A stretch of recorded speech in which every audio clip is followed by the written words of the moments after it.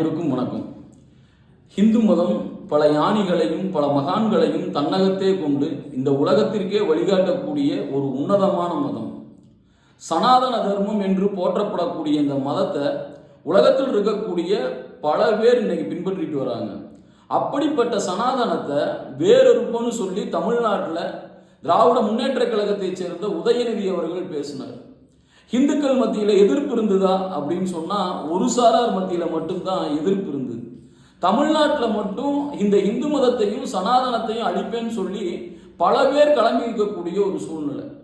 ஒரு 6 மாதத்துக்கு முன்னாடி ஹிந்து என்றால் வேசி மகன் என்று அர்த்தம் அப்படின்னு சொல்லி நீலகிரி பாராளுமன்ற உறுப்பினர் அதே திமுகவை சேர்ந்த ராசா அவங்க பேசினாங்க.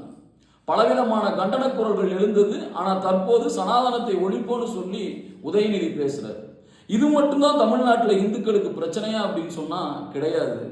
இந்த தமிழ்நாட்டை பொறுத்த வரைக்கும் இந்த 3 ஆண்டுகள்ல பல நூறு கோவில்கள் இடிக்கப்பட்டிருக்கு. இன்னைக்கு இந்துக்களுடைய நிலைமை எப்படி இருக்குன்னு சொன்னா, பாவத்தை கழிக்கிறதுக்காக கோவிலுக்கு போவோம், ஆனா இன்னைக்கு கோவிலையே தொலைச்சிருக்கோம். அந்த பாவத்தை கழிக்கிறதுக்கு எங்க போவாங்கிற ஒரு சூழ்நிலையில இன்னைக்கு இந்துக்கள் வாழ்ந்துட்டு இருக்கான். இந்து கோவில்கள் எல்லாம் இன்னைக்கு அரசாங்கத்தினுடைய கையில் இருக்கு. ஆனா இந்து கோவில்களுடைய நிலைமை, பல கோவில்கள் இடிக்கப்படுது, பல கோவில்கள் பக்தர்களுடைய காணிக்கை பணம் இன்னைக்கு கொள்ளையடிக்கப்படுது அரசியல்வாதிகளால. கடந்த 3 நாட்களா பழனியினுடைய உண்டியல் காசு மட்டும் 3 கோடி ரூபாய் வசூல். கடந்த 21 நாட்கள்ல திருத்தணியினுடைய உண்டியல் வசூல் 1.7 கோடி ரூபாய். ஆனா இங்க கோவில்களுக்கு என்ன நடக்குது? பழனி மலையில மங்களவாதியம் வாசிச்சுட்டு பழனி மலை ஏறக்கூடாதுன்னு சொல்லி அந்த கோவிலுடைய அறநிலையத்துறை ஊழியர் சட்டம் போடுறாங்க.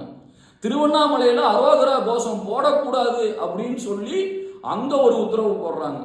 அதே மாதிரி மருதமலை முருகனுக்கு அரோகரான்னு சொல்லிட்டு வராதுங்கன்னு சொல்லி பக்தர்களுக்கு கட்டுப்பாடு போடுறாங்க.